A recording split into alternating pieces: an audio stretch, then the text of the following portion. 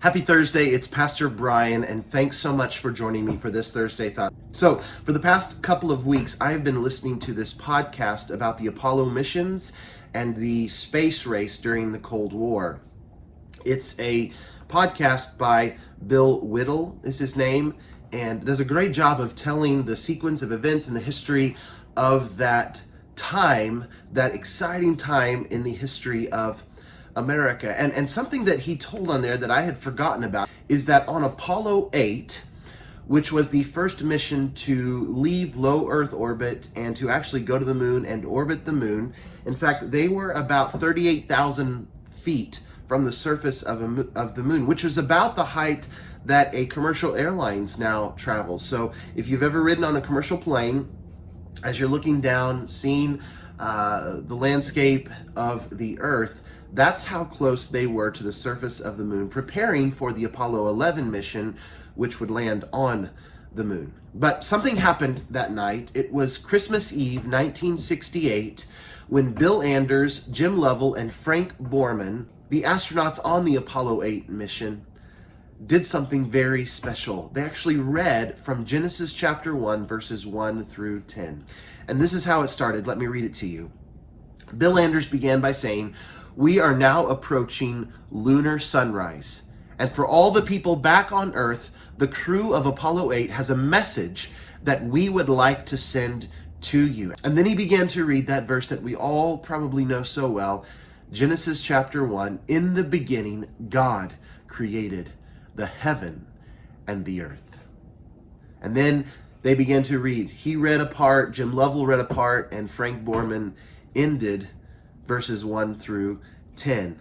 And then Frank Borman, in conclusion, said, "And from the crew of Apollo 8, we close with good night, good luck, and Merry Christmas. And God bless all of you on the good earth." Now, why do I tell you this? Well, for two reasons.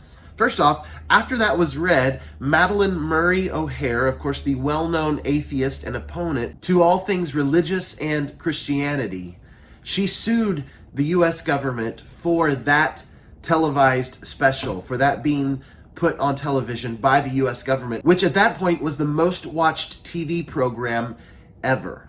But she sued them. The case was dismissed by lower courts and then ultimately by the U.S. Supreme Court. But when Apollo 11 launched and landed on the moon, the U.S. government didn't want to deal with that again. And so there's this moment during the landing on the moon when Buzz Aldrin and Neil Armstrong landed there where it cuts out. Now, those who are watching didn't know about this, but there's this moment that's not televised, that you can't hear any audio on, and Buzz Aldrin is actually taking communion on the surface of the moon.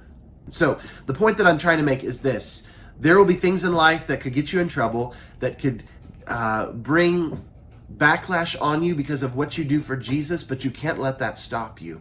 The second thing is, in our first Wednesday night, last night, that we actually had Bible studies and classes in, I'm teaching the 5th grade, and last night I had 11 5th grade boys, and I'll just say that was fun and interesting. But our focus verse for the night was Psalm 19:1, where it says, "The heavens declare the glory of God, and the firmament shows his handiwork." And I can't imagine being out in space, looking at the expanse of all that God created, and getting to read those verses in Genesis chapter 1, when it all began. In the beginning, God created the heavens and the earth, and them having, so to speak, a front row seat to the heavens. In fact, being about less than 40,000 miles from the surface of the moon, and seeing this creation that declares the glory of God. And so two things: be bold, because as you look around at creation, no matter what anyone says or the pushback that you get, the heavens declare the glory of God. The firmament shows his handiwork. The creation cries out to the beauty and majesty of our great God. And you know what? You're one of those creations.